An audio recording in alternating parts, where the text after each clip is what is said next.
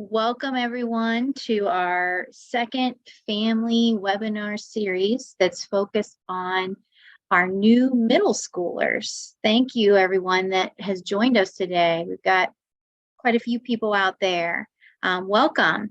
We're going to start off today with introducing ourselves, and as hosts, we'll introduce ourselves and then give a chance to all our panelists to introduce their backgrounds and how they are experts in middle school. So my name is Chrissy Yonke. I am in family engagement, community and student engagement as well. And I have been in this role for now 2 years. And part of my job is to make sure that we're reaching out to all of you and making sure your needs are being met. And one of the things that I noticed over these 2 years is, a lot of you have questions about middle school. And I myself have a middle schooler. I'm a first-time middle school parent next year. And I have questions that I'm worried about for my new middle schooler. So we wanted a chance to have a webinar to allow you guys to ask some questions and have us answer some questions for you that are common questions that we all have about our middle schoolers. So hopefully tonight you'll get some of those questions answered. And if not, we can always follow up with our schools and continue that conversation. So what I'm going to do now is I'm going to kind of go around the panel here and have everybody introduce themselves. I'll start with Tina, my co-host, Tina Ferentz. Hopefully you all can hear me. Can you turn your speaker off? Sorry. My name is Tina Ferentz. I am the educational technology leader for our county. Prior to having this job, I spent 28 years in middle school with our students, so I can hopefully answer some questions for you there as well.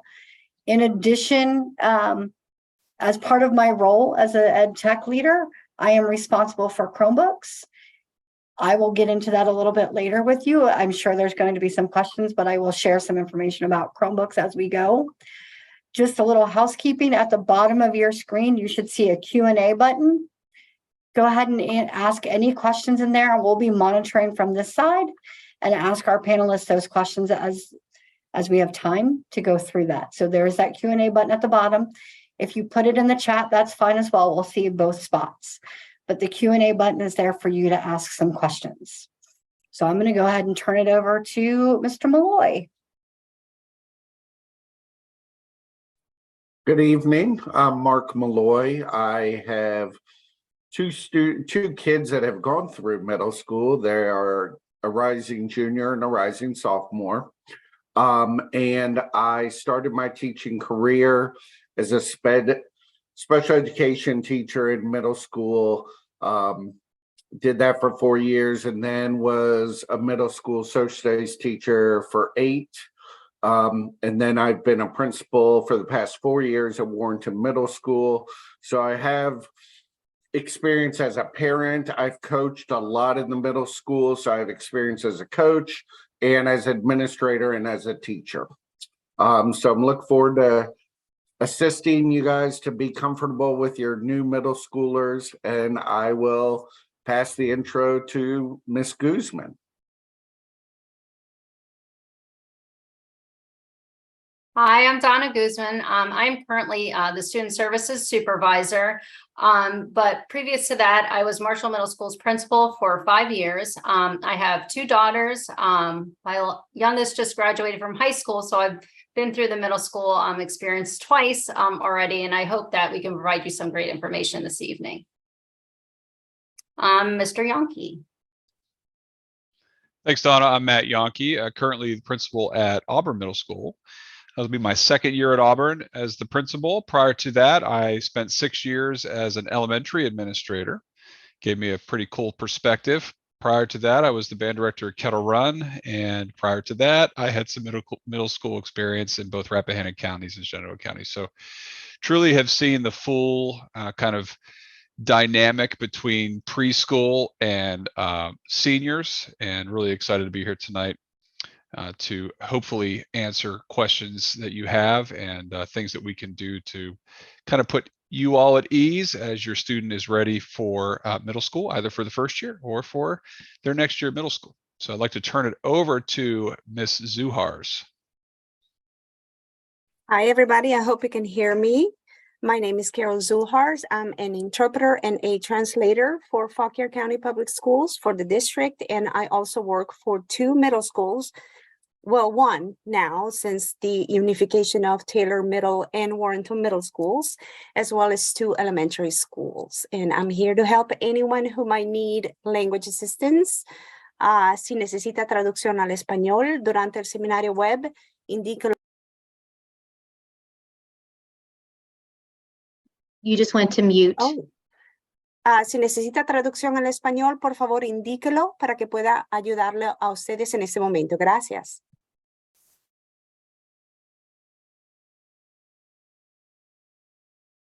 Thank you all.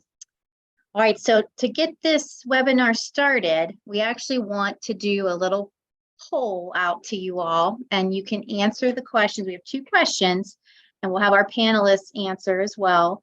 But you can put your response in our chat, and we'd love to see what comes to your mind. So the first question, just to get us warmed up, is what in the chat, what memories do you have from when you were in middle school? So what's the first memory that comes to your mind when you think of middle school?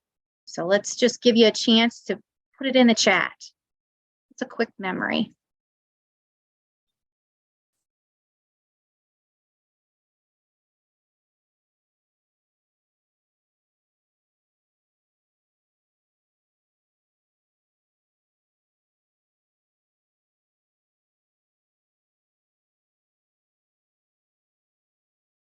All right, we got some good ones. I grew 8 inches. Getting a locker for the first time. Anxiety. I was excited to change classes. I read every book in the library, but found the general experience stressful. Making good friends. I met my husband there. Oh, wow. Making food in home ec. Being the tallest in fear of being bullied. And that there were more electives. Very good. How about our panelists? Donna, what about you? What's your memory from middle school? When we say middle school, I automatically go to shop class, and I know now it's not shop, it's CTE. But I absolutely loved it, which would seem like out of the ordinary probably for me. But we used to be able to take like photographs, and they had a dark room, and I remember going back in there and developing the photos. I mean, it was just really cool. I mean, to go from elementary to like doing this cool developing photos thing, I thought was awesome. So it was exciting. Very cool. How about you, Mark? I would say band, trying band and not being successful. I started with a French horn, and my band teacher kind of directed me to a trumpet and tried that. And then I was directed to the trombone. So just having a love of different experiences and getting the opportunity to try something new. And it's okay not to be successful at it, and just try something new again. Awesome. How about you, Tina? So I probably didn't have a traditional middle school experience. I went to a school that was a K-8 program. So I was in the same building for 8 years, and we had 1 class per grade level. So we were the only 6th graders in the building. But just the awkwardness, I saw somebody wrote that, like, just, while I didn't have to make new friends because they were the same people I've been with since 1st grade, it's still that, change and having to learn how to like study in some ways too. That was probably my biggest, struggle in some ways. I think Matt and Carol, I saw some of your comments that I read. You grew a bunch of inches, and just the awkwardness of your body and how it's changing. That was what I remember too. Just all the changes, and it all seems to happen so suddenly. Great start, everybody. One more poll question for you. If you had to describe middle school and the tween years in one word, what would that word be?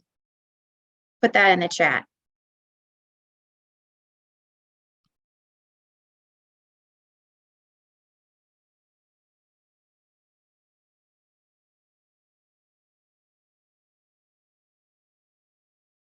Changes, awkward, a zoo, a blur, terrifying, lots of awkwards. Yeah, I think we can all relate to that. It's a time of change and feeling awkward and finding yourself, for sure. Too long ago. Kind of hard to remember. Yes, you want to kind of forget it maybe. And here you are, you've got a kid and now they're getting ready to go through it themselves. So you're nervous for them. I know I'm nervous for my kid. So let's hopefully answer some of those questions that you have tonight. So we're going to start off by just going around our panel and letting our panel share out some common questions that they have been asked over the years that they know that probably you're wondering. And hopefully they'll be able to answer. And we'll end our conversation with the questions that some of you posted to us, as well as some other ones that we've learned from another school system that has done a webinar similar to this. And we'll share those out as well. Hopefully we'll cover everything that you're wondering about your new middle schooler. So I'm going to go ahead and go around, and I'll start with Mark. Mark, can you share with us a common question that you've had as an administrator and in all your roles? Concern about kids getting lost, specifically sixth graders in the school, and worried about them being tardy. And that's often a concern. And I explain to parents, you know, our sixth grade is treated like almost as a different level of support than our seventh and eighth graders.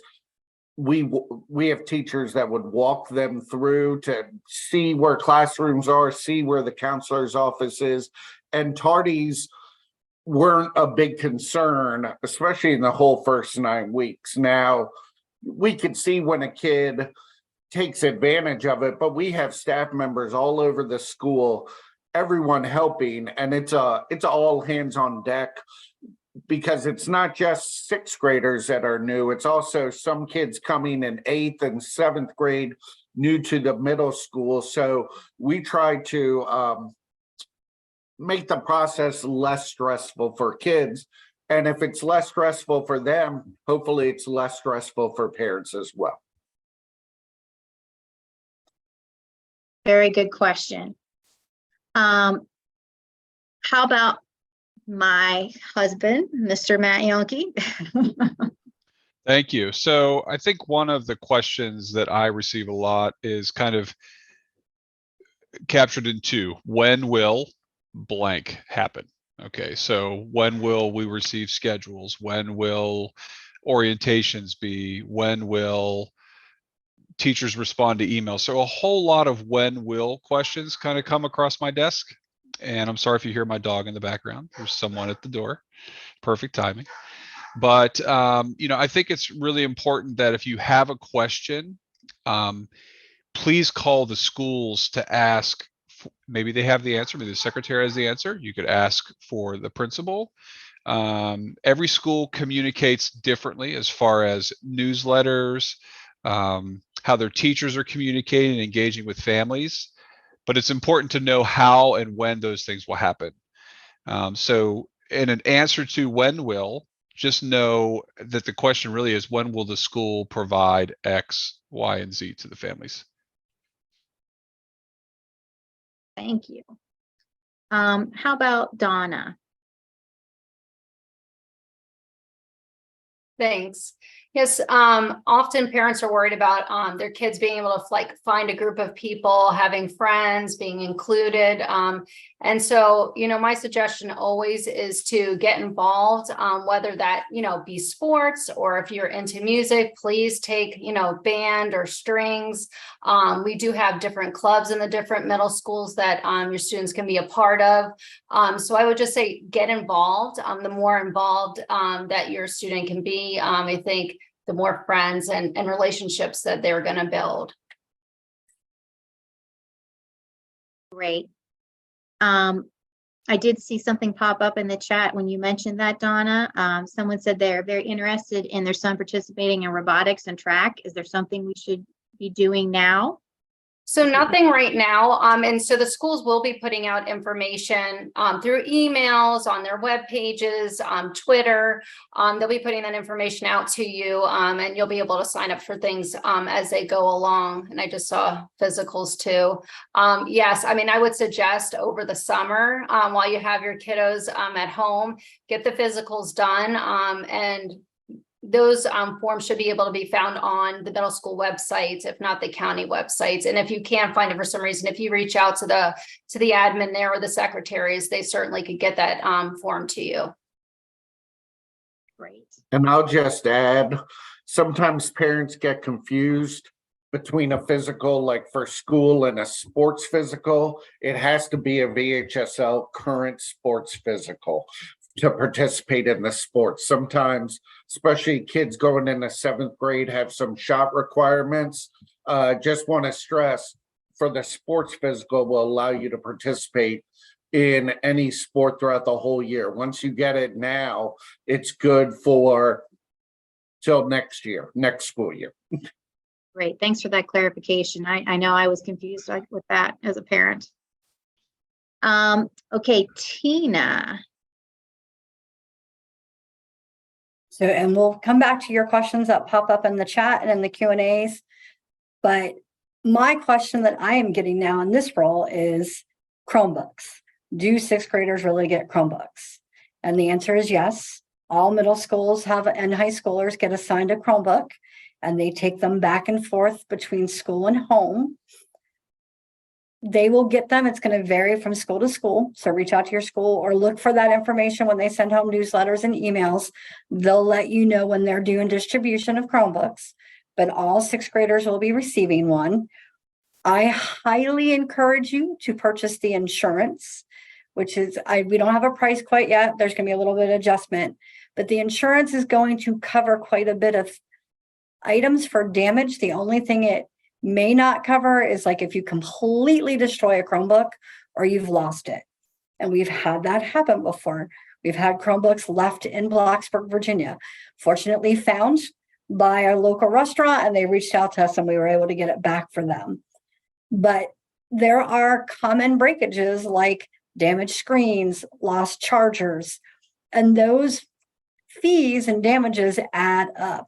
You are so much better off buying the insurance and not getting a bill, 2 weeks after they turn it in to get repaired and say, you owe $110 because they broke the screen and the bezel and something else. Your insurance will cover that. We will be sending out information about insurance very soon to let you know, and you can purchase that once you get your Chromebook. All 6th graders, I think, will be getting a fairly new or brand new Chromebook this year, so it shouldn't have any damage when they receive it. I also highly recommend when you're doing school supplies, if you haven't bought a backpack yet, look for one that's got a padded section just for laptops. That will help with some of the damages that happen. So yes, they get a Chromebook. Yes, they're expected to bring it to school. If they're smart and they charge it at night, then they shouldn't need their charger because it should last them all day. They have a pretty good battery life. So come home, put that charger somewhere else. Make sure you know where it is, because I would say lost chargers are one of the biggest issues. And they're not cheap to replace either. So.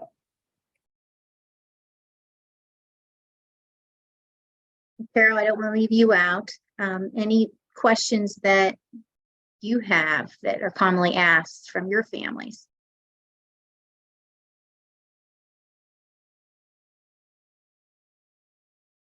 Oh, is Carol frozen? Yeah. Okay. Oh, there she is. I'm sorry, I'm in and out. Don't mean to be. So one of the most common questions I get from ESL families is there going to be somebody there that can specifically help my child navigate a new school if my child is not very proficient in English? Is there going to be help for them?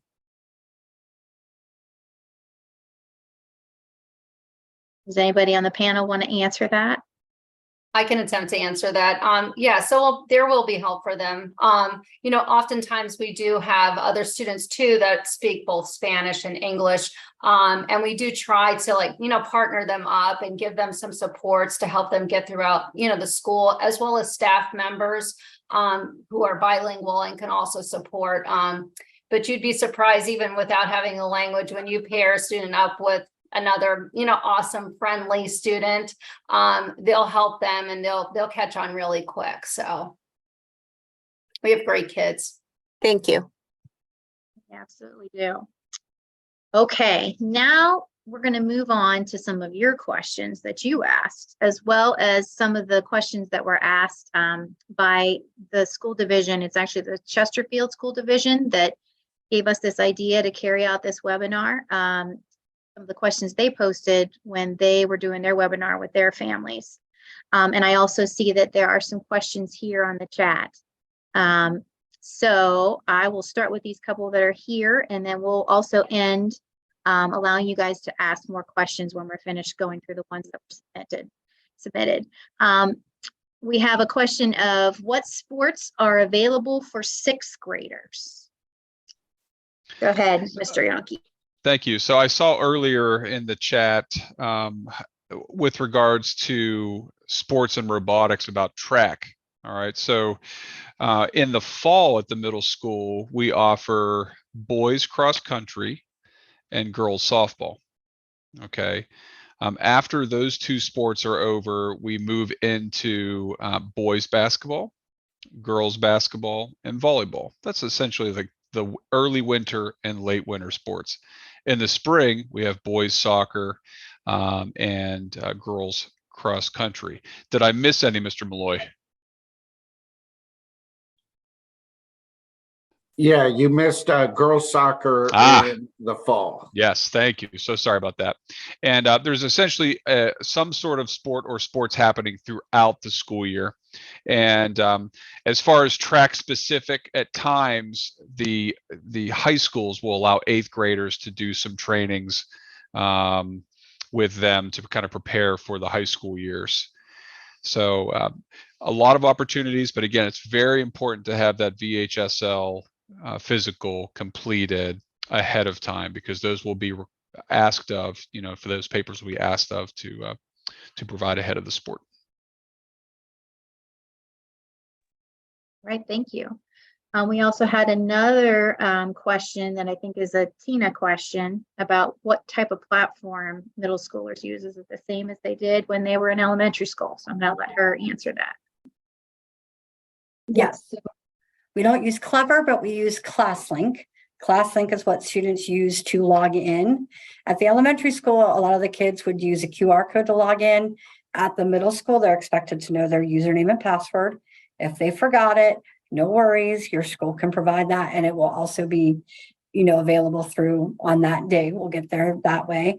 ClassLink is a great tool for the students to use to log into everyday websites that they use. Something like Canva or Nearpod or one of those products will all be in there. So we are a ClassLink division, but that is in there. And kind of as a follow-up about, I just see a question pop up about tryouts, and is it possible for my student not to make the team? Yes, it really depends upon the number of students that try out, the spaces that are available. But yeah, that is definitely a possibility. But I would always suggest specifically sixth graders to try out for sports, because even if they don't make it, they can connect with some friends. I know a lot of our schools, all of our schools feed from multiple elementary schools. So they're not going to know some kids.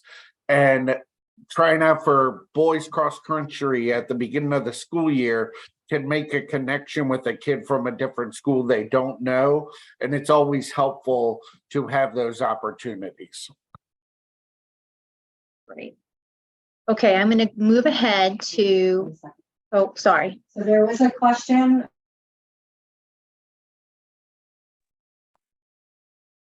So there was another sports question. Is there no baseball?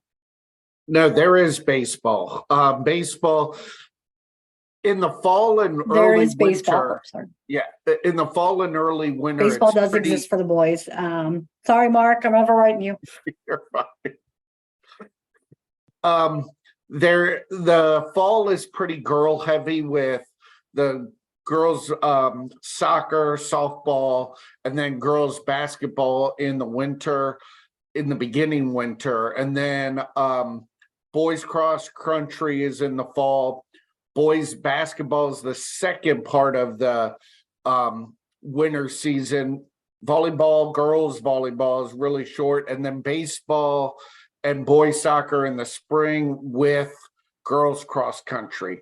And any sport that's not offered at the middle school level, an 8th grader can try out at their base high school. And oftentimes in the summer, high schools have really good athletic programs like basketball camps, soccer camps, and that's a good way for even 6th and 7th graders to make connections with their high school already. Okay, there was another question since we're on the subject of sports. Someone just asked about physicals in general.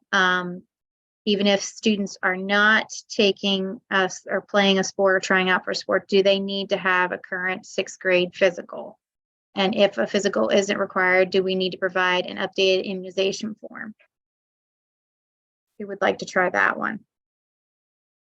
So I saw that and I started just to look it up to make sure I'm, not incorrect here. But it says for 6th grade students, a booster dose of the Tdap vaccine is required for all children entering the 6th grade. So I would say yes, I would make sure that you touch base with your doctor and that you have that vaccine and that your records are updated. Thank you. Okay, now let's hit on some of the questions that were asked using that form that we sent out. There were a lot of general questions that we can talk about, but also some of them were specific to schools. So if we don't answer your question directly tonight and you posted it, most likely it's a question that we want you to go ahead and reach out to your school specifically, because we do have general things that we do as middle schools, but some are very school specific. So just make sure, as they mentioned earlier, that you reach out to your school. There we have school summer hours, Monday through Thursday, 7 to 5. So please be sure they always welcome your phone calls. But one of the questions that was asked are, when are schedules typically available? And can you request lockers? I think that could be generally answered by everybody. Mr. Yonke, would you like to respond to that one? Absolutely. So as far as schedules, before the start of the school year, all right, and so many things change between now and then based on new students that enroll, staffing, that while everyone would like to have their schedule sooner rather than later, the students will receive it before the school year starts. So ahead of the school year, it's real important to, pay attention to those school supply lists and get those underway. Again, always know that if you have questions to reach out to the school. And the second part of the question was, remind me. Sorry, requesting lockers. Sure. And this is also kind of a school specific question. Each of the middle schools has their own way of kind of working through the locker process, and information is shared with families ahead of the school year or at the very beginning of the school year. Thank you. There was also a question about gym requirements. I think in general, you all pretty much do the same gym requirements. Mark, would you want to answer that one for us? Sure. We always, would like to see the school uniform, like the school name. So next year, Taylor Middle School and the Taylor shorts for PE, but they can really wear almost anything. I think the shorts cannot have pockets. The big key for PE, we have kids a lot of times wearing Crocs. You have to have tennis shoes to participate in PE. You can always rent a PE uniform or borrow a PE uniform if you forget something. They have loaner shorts, loaner tops at the schools, but we don't have loaner shoes. So make sure that they have the proper shoes for school. And I would like to say, since they have PE every day, whatever they wear, please launder it occasionally. All right. Okay. Reasonable, request. Okay, another question. This might be more school specific, but I think that there are opportunities at all schools. Volunteer opportunities. Are there volunteer opportunities for parents to be involved? Because we know that they're involved in elementary school. Can they still be involved in the middle school? What do you guys want to say about that? Yes, I'll just say yes. Sometimes when kids get to middle school, they tell their parents, oh, you don't need to be involved. No, we love when our PTO meetings are more than just the PTO board, and have a lot of input from our communities. I view middle school as a really time for kids to start learning problem-solving skills, but you to still be involved, like almost in a hands-off approach a little bit, but you know what's going on in the school. And I think joining PTOs are the best way to get involved. You know what's coming up. You hear the conversations. So yes, please get involved in the schools. And I'd like to add to that, Mr. Malloy, that every school is going to have slightly different approaches to volunteering, but every school welcomes parents in to be engaged, during the school day, certainly many opportunities outside of the school day. And just again, reach out. We love seeing parents in our schools and being engaged with their students.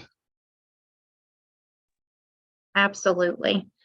And I will mention that the Chesterfield school system, that was a question that some of the parents had, and the panel did say that, that this is the time. Middle school is not the time to just kind of let things go and let the kids be on their own. This is the time to keep focusing in. Don't stop just because they're out of elementary school.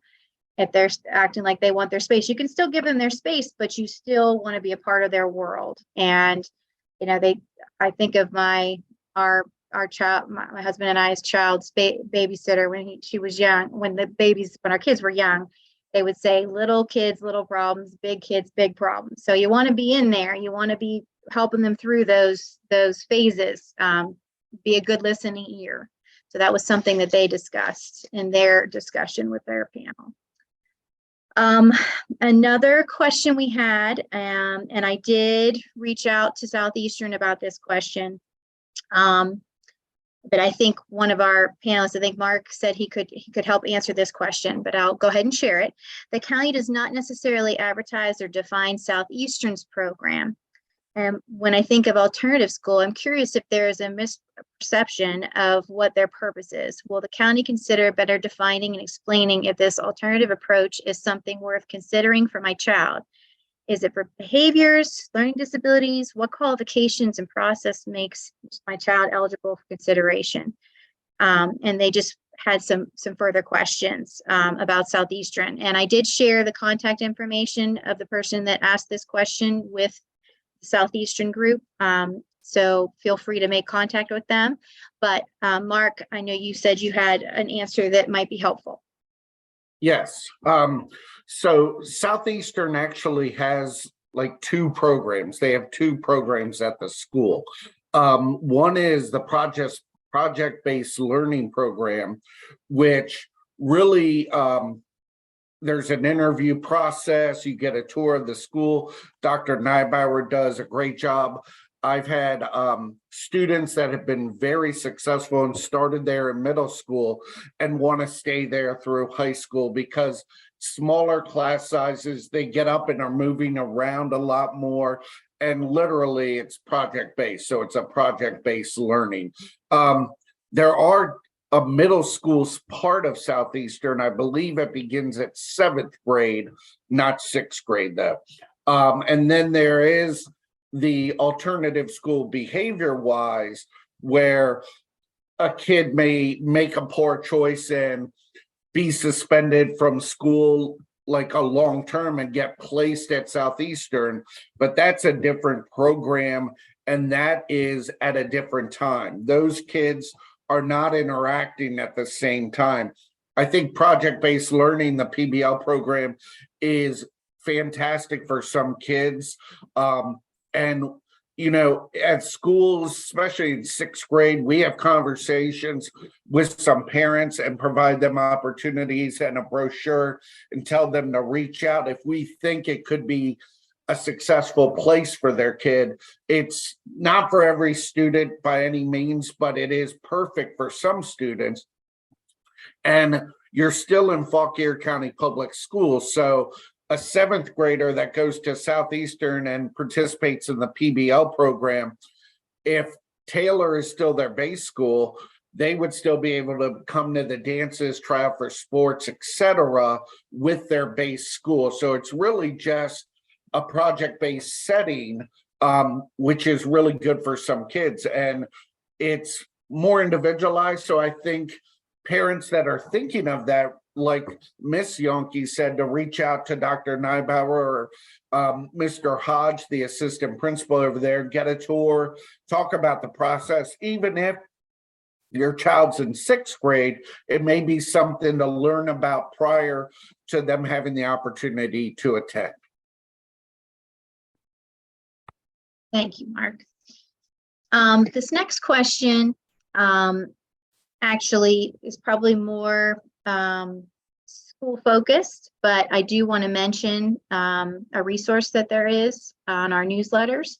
A parent asked, can a student stay after school for additional help and tutoring? And the panel can surely answer that as well. But I do want to point out that on the school newsletters that we send out throughout the school year and a couple of times through the summer months, there is an ongoing tutor list that you can reach out to those individuals for additional help and tutoring. So always check in there and take a look at some of those names for additional help. But if Mark and Matt want to chime in with any resources they have as far as tutoring, please feel free to share. Sure. I think in addition to that list, schools, and this is somewhat specific to the school, what teachers are teaching certain content areas, their availability, teachers will offer their own time for students too on an occasional basis. Just depends. It could be before a unit assessment. It could be ongoing. It could be as a big push prior to a statewide assessment. It really is just dependent upon the situation. So always be having one ear close to whatever information is in the newsletters, emails that teachers are sending out, what their students are coming home to share, like, hey, so-and-so is offering to help me with math on Tuesdays from blah, blah, blah. And again, if you have questions, just ask. Thank you. This next question is about if they pass the SOL test, does it count for high school? If they take French, do they get a high school credit for it? This particular person has a daughter that's attending 8th grade, and she wonders if she can take a college class in middle school. What all do you guys have to say about that question? So, go ahead, Ms. Guzman. It's fine. It's fine. So at the middle school, there are 3 high school credit courses. I mean, really 4, because foreign language, Spanish or French, one they can take in 8th grade, which would count as high school credit and go towards their GPA. There is algebra and geometry. So if a student's taking geometry in 8th grade, they have taken algebra in 7th grade.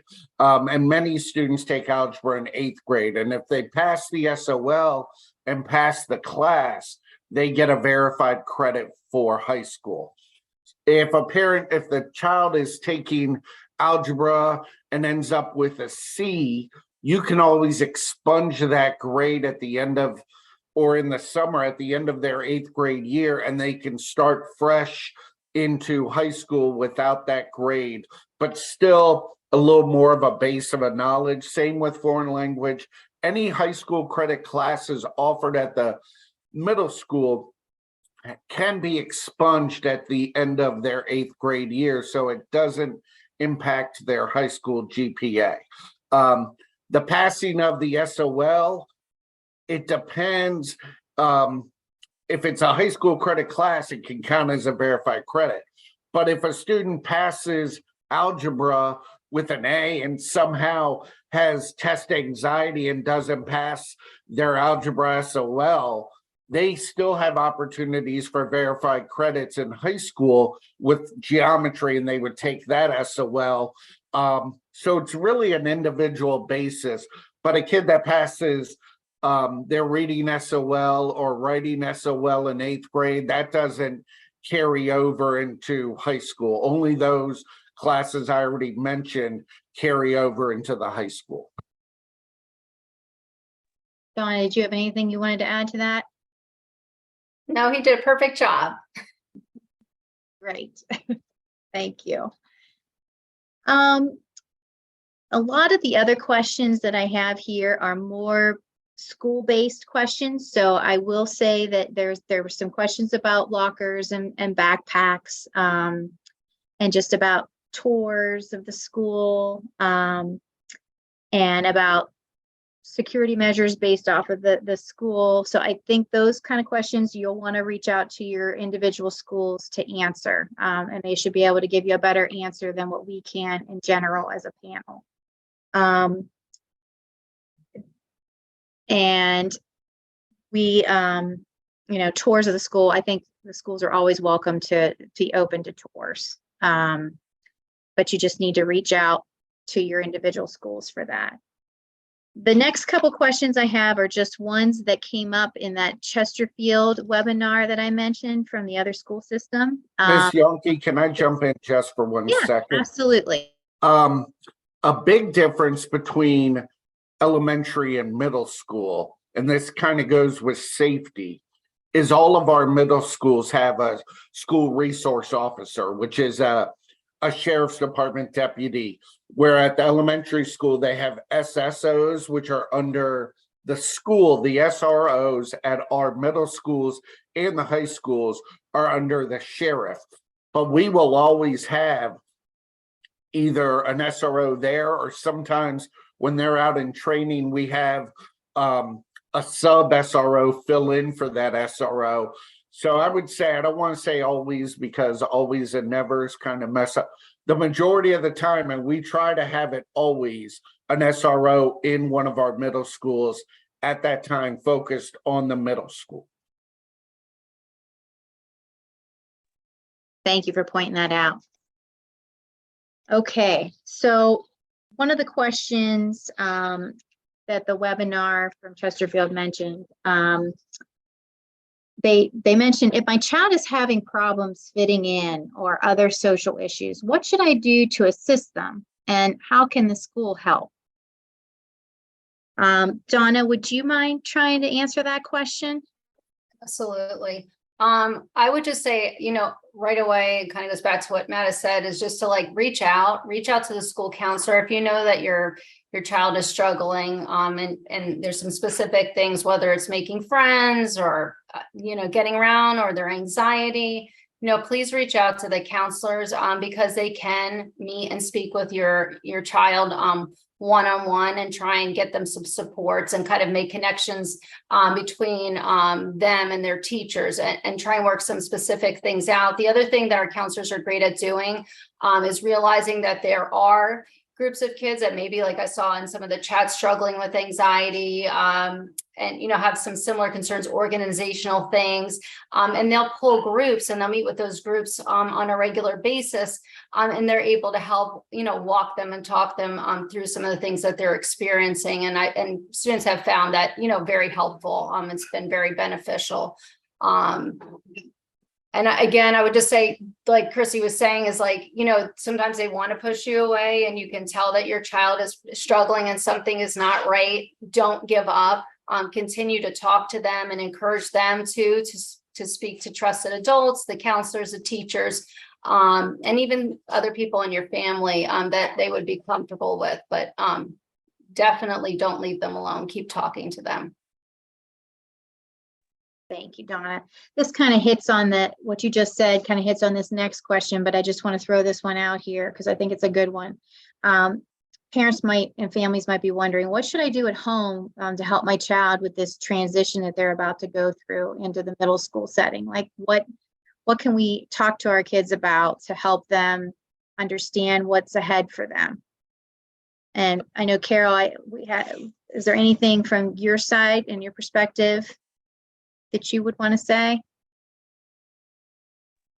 Well, I guess for most parents, what I would say is, like what we said before, keep that line of communication open, and also be vigilant. If you see any changes in your child, if you see anything that just doesn't ring quite true to you and it's different, perhaps it's time also to reach out to the school and the guidance counselors that we have, who are wonderful and they love to work with the kids. So if you see any sign of trouble from the get-go, don't hesitate to talk to your school, to your child, and reach out for help with the guidance counselors, their teachers, their administrators. We're all here to help. And typically that is the question that I get the most from my parents, from the ESL parents, is, I see something different with my child. What do I need to do? Just stay alert. Very good points. Tina, as a teacher of middle school, anything that you think would be good for families to do at home? Honestly, ask them every night, not just like, what do you have for homework, but what did you do in class? Don't just ask them, hey, do you have homework tonight? Hey, what did you learn about in history class? Tell me what you're learning about in science. Did you do any experiments? Be very pointed with their questions. Because if you just say, hey, what'd you do today? I don't know, I didn't do anything. So come up with some very pointed questions, because nothing is not an answer. They didn't do nothing in class. They did something. So what did they do? What did they learn? Tell me one thing you learned. Ask very pointed questions. That might also help with one of the questions that we received earlier. What will be the homework requirements for sixth graders? So that's also another way that you can integrate speaking with your child and finding out exactly what they're doing, like Tina was saying. And I would just say one more thing. Social media really becomes a thing in middle school, unfortunately, in my opinion. And so even if unfortunately, your child doesn't have a cell phone, but their friend does, you know, they may be exposed to some social media. So I would just say have those conversations about it, and, you know, what's smart to post and what's not. That's just really important. I know we had a previous webinar, we talked about it a little bit more and other times, but just want to put that out there. And something they said in the other webinar from Chesterfield is to be proactive. And I think that's what a lot of our panelists have said, you know, keep an eye on your kids, and don't be afraid, as they mentioned before, if you are feeling like something is going on with your kid, don't be afraid to call the school and let them know that you're concerned. You know, they're always welcoming to finding out more and helping you, and just stay ahead of things. Don't let things get out of control. Okay. All right. And I would also say, monitor their Schoology page. Look at it, log in as a parent, sign up as a parent, and see what they're doing. If you're on Schoology, you see their grades, you see what's going on in class, you can see their content from whatever teachers are using it. So be active in their Schoology page too.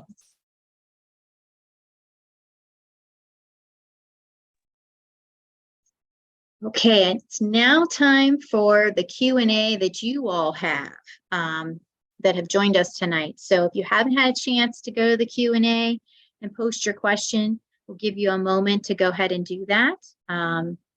If you've already done it, then awesome. But let's just give you a minute or two to ask any questions that you feel like you would like answered, and we'll try to answer them the best we can.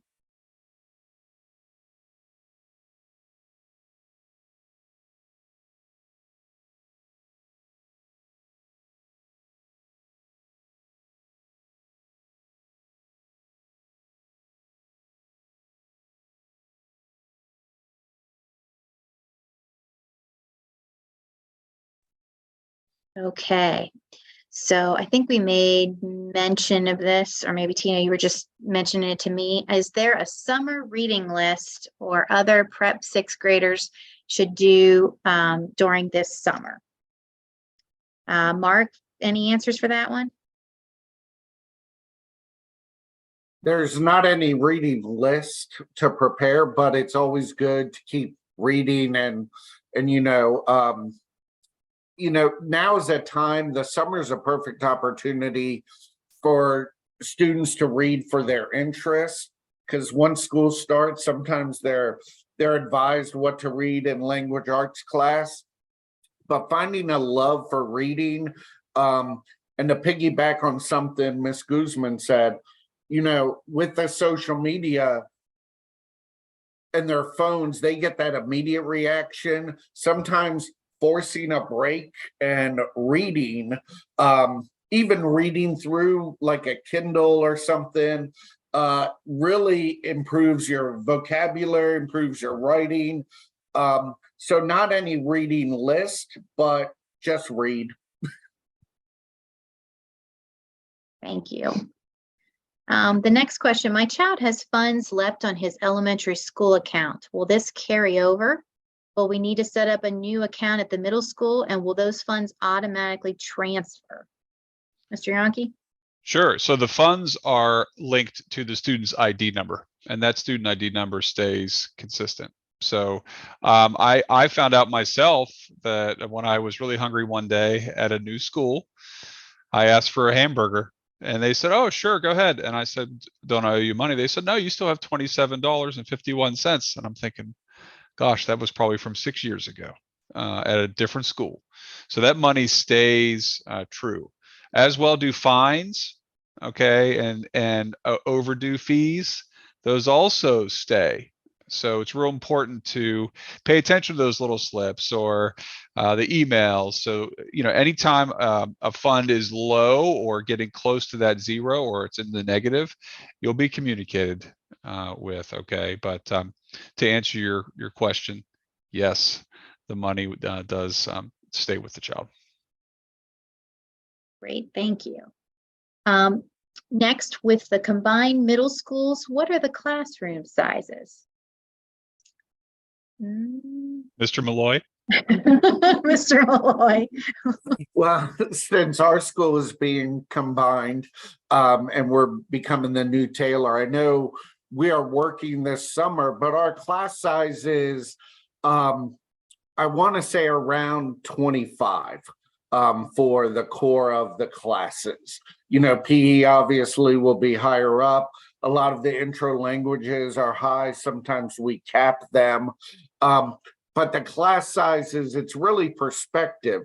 I come to Fauquier and talk about 24 kids, 25, and people are like, those are big classes. But you go up to Prince William and you're like 33, 34, those are big classes. So it's really where you're coming from. We actually have a lot of families moving from Prince William to Fauquier or from Loudoun, and they talk about the class sizes being much smaller, and a teacher may say, well, that's one of our bigger class sizes. But as a teacher, you can have a class size of 26, 27. That's a really great class. And you could have a class size of 19 at the mix of the students, that's a much more difficult, challenging class than the higher numbers. Thank you. Okay, so the next question, since a lot of questions are school specific, will each school do a Zoom similar to this? So I think that is kind of at the school's discretion, and they might do it in a different fashion than Zoom. They might do it in person, but I will allow our two principals to answer what they think. I hate to answer a question about being school specific with a school specific answer, but every school does it a little differently. A lot of information might be shared during orientations or walkthroughs or visits, meet the teacher night, back to school night, newsletters, coffee and conversations, maybe a forum like this where we're engaging over Zoom. There's a whole menu for administrators and schools to choose from, and likewise there's a whole menu for parents to choose from. But at the end of the day, if you have a specific question for a specific school, please reach out to them. They're more than happy to know. And oftentimes they'll share responses to those questions in their newsletters and in their parent nights and through email and things like that. Thank you. And I would say, coming from when I was administrator at a high school, in the summer, there are still people in the building. When you become an administrator in the middle school, there's really not many people in the building. So it's usually your principal, assistant principal, the custodians, and a bookkeeper that often is an office associate. So I know we've said reach out to your school, but please know the counselors aren't in the building now. They won't be there until the end of July. So some of your questions, I know as rising sixth grade parents, the anxiety is like, I want to know this information, but we may not have that information yet. And when we try to get you the information as quickly as possible, so like Matt said, a school specific, something we've done in the past is when we do our walkthrough, give our sixth graders their schedule and Chromebooks. But as administrators, we're always trying to hire teachers throughout the summer. And sometimes parents get upset or frustrated because the schedule they receive on the walkthrough is different than the schedule on the first day. And that's because we're trying to hire teachers to lower those class sizes. So a key word, I think, for middle school parents, students, and staff is flexibility, because things can change rather quickly without much notice. And we wish we had the notice to share it, but sometimes things change so quickly. So being flexible and adaptable, I think, are traits moving forward. Good points. Okay, so this is about just students in general. How do we help students stay organized or help build up those skills for being organized in middle school? Donna, do you want to answer that one? Sure. I would say, like, first of all, as a parent, know what's going on. Like Tina was saying, check that Schoology page. A lot of times, teachers will put out newsletters, and you'll receive emails about where your kid is on their assignments. So having knowledge of what's going on is very important as a parent. And even putting a reminder, I had reminders in my phone to like go in and check Schoology, because if not, inevitably, we're working too, and we're busy and we're going to forget. So just understanding what's going on. And then they still need help in seventh grade, eighth grade, they think they're very grown and they're not. So like just having a regular time, like when you come home, you get your snack, you open up your Chromebook and your work, and you do your homework, or they open it up and then you get to see it. So it's like building in those like routines. So it's consistent. It will help you, it will help them to stay organized. And, each child is different. And your kid, take a look at their bedrooms, and one kid's bedroom is very neat and the other one's is very disorganized. And you may have to give them some supports in order for them to stay on track and be organized, whether that's that's at home or at school. So kind of getting to know what works best for them, I think, is important. And, you know, teachers and counselors, and, you know, we can all kind of help with that if you needed help. Thank you. Our next question is there a buddy system for sixth graders? And if you have a rising seventh grader, how could they get involved to be able to help with something like this? So I think that's one of our administrator questions. Well, I know, and this is kind of school specific, but we had school ambassadors that were eighth graders and some seventh graders, and actually a couple sixth graders. So then when we get a new student throughout the year, they are assigned a buddy to walk them through the building, through their classroom, is there to eat lunch since many kids that move in don't know someone, so they could eat lunch with that person and kind of walk them through. But we had that for sixth, seventh, and eighth grade because we didn't really want a sixth grader coming in like December to be assigned an eighth grader when they wouldn't have classes together, they wouldn't have lunch. So we had student ambassadors for each grade level. Yes, thank you for that. And another point is the administrators are in the lunches during lunch duty, and we're very keen and aware of social groups, social interactions. If a student is frequently sitting by themselves, if there might be a quarrel that's starting to bud, you know, the typical middle school drama, then we engage with some professionals in the building. It could be their homeroom teacher, it could be a PE teacher, one of our school counselors. We try to bring that to their attention so that they're aware and they can intervene as well. Thank you. Our next question is, what is the difference between ClassLink and Schoology? What are each of them for? And that's definitely a Tina question, so I'm going to mute myself. So ClassLink, really think of it as your favorites bookmark. So when you have all those favorites in there, with the exception is it holds your login information. So once they're logged into ClassLink, they click on something else, it's going to automatically log them into that site.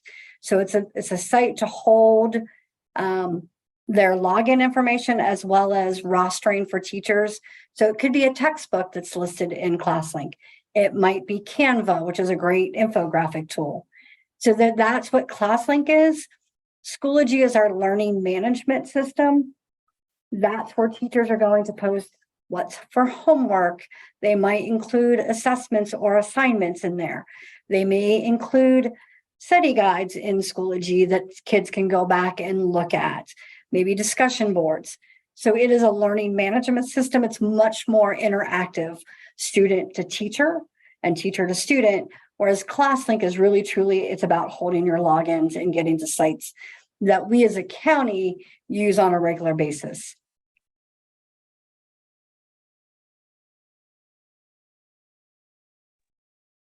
Thank you, Tina. Okay, the next couple questions are about the athletes. Are there going to be buses next year for athletes? And I'm seeing heads nodding. No. No, unfortunately, no. It's not in the budget. Hopefully maybe one day it'll come back. But for the last few years and for next year, no buses for middle school sports. Parents can always, what ends up happening at parent pickup on game days, if you're away, you know, you have a bunch of notes that Johnny, Jimmy, and Charles are going home with Kevin today because one big bus of basketball players or baseball players all go to the same school. So there's a lot of parent communication for their student to get rides.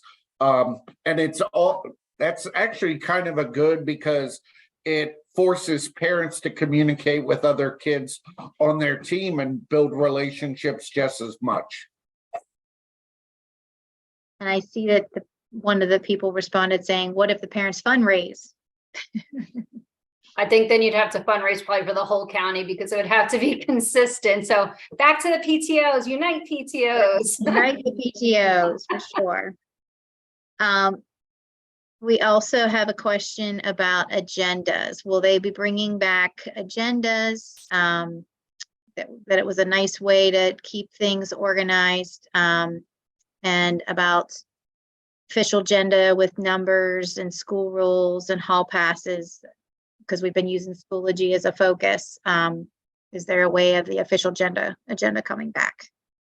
I will tell you specifically with the merger of Warrenton and Taylor becoming Taylor, we haven't been able to order the agendas yet because we are still going through the process at leadership to meet about processes and procedures.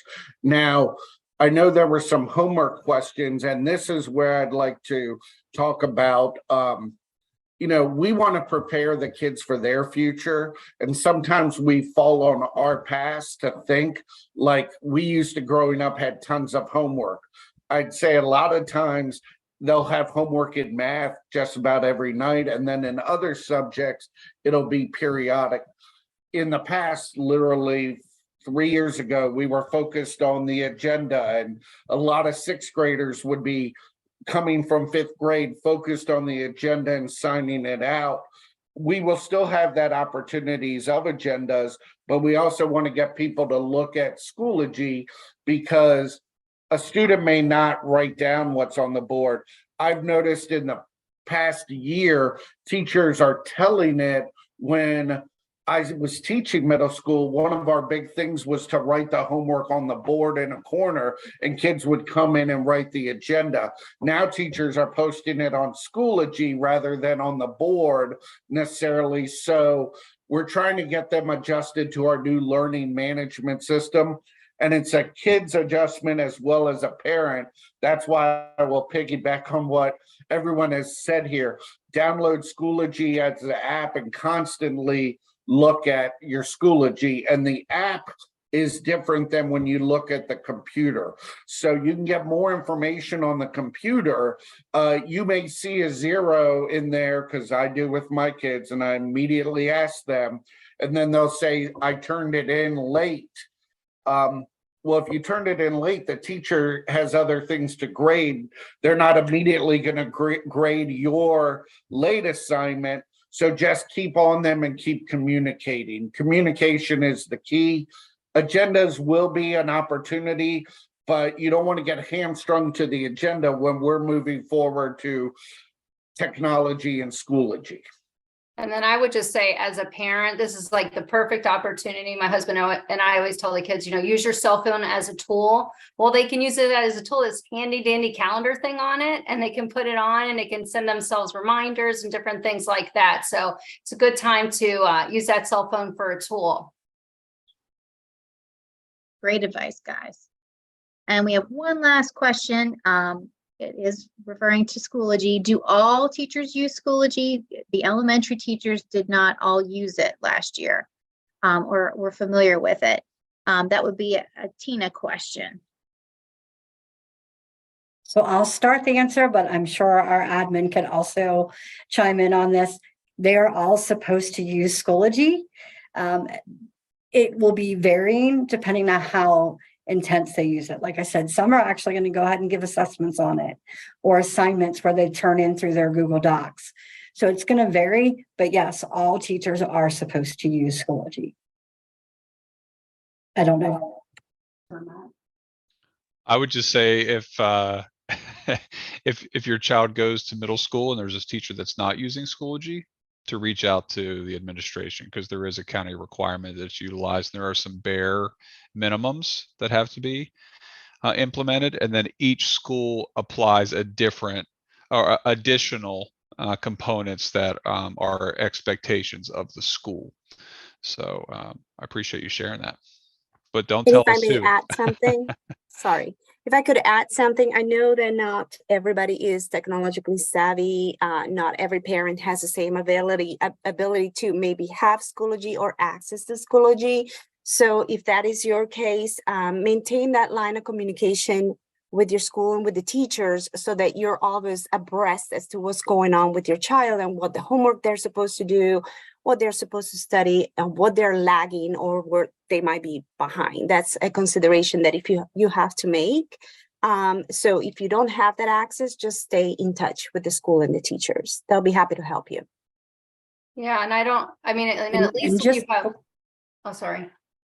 At least if you have, email, and at some point you can check that. I had it set up so that if my child had any missing assignments by Sunday, I got the report of whatever was missing. And so sometimes that's like a helpful way if you can't just be on there all the time. And if you are struggling with technology and you need some help, please reach out. Every school has an instructional technology resource teacher who can assist you. We'll be there. We're going to try and do some webinars in the summer and the fall as well for our parents and how to use Schoology. And I will be at all the back to school events that we have in the 3 spots of the county.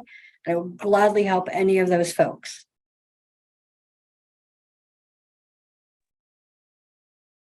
All right, So- and that concludes. Well, just to Sorry. reiterate what Mr. Yonke said, please notify us, admin, if a teacher is not updating their Schoology, because like he said, there is a county requirement, and if we aren't aware, we can't have that conversation. And we know middle school is a time to make mistakes.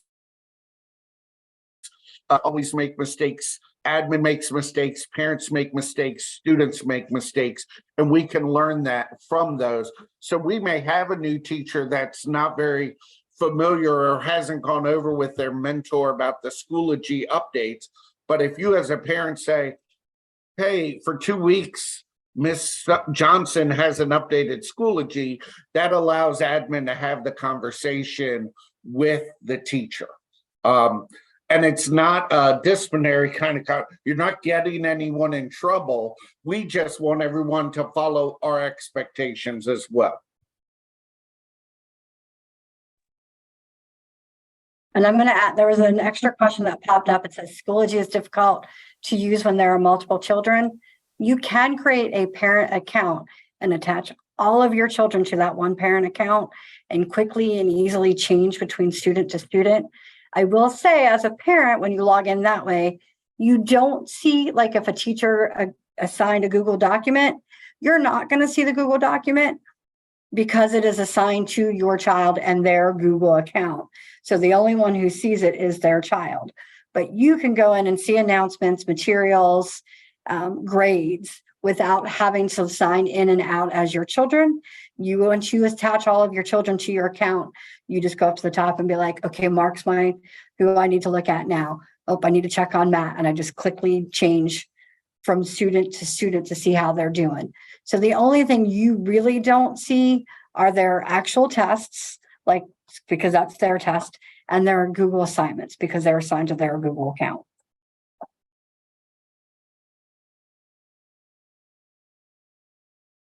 Okay, everybody, that concludes all our questions from the Q&A from our audience. I just want to take a moment to thank you all for joining us tonight. Hopefully you were able to get some of your new middle schooler questions answered. I also want to thank our panel for joining us late tonight to help answer those questions. Do know that this has been recorded and it will be shared out to our community, to those that missed it, and it will also be translated by our wonderful Miss Carol for all our families. So be on the lookout for future family webinars. This is a series that we're going to continue and grow on, and on several different topics. So as you think about the future, if there's other webinars you're interested in, make sure you let your admin know and your schools know, and they can let us know of what kind of questions you have, and we will be happy to cover that in a webinar. We hope that everybody has a wonderful and safe summer, and thank you for joining us. We'll see you next time. Bye for now.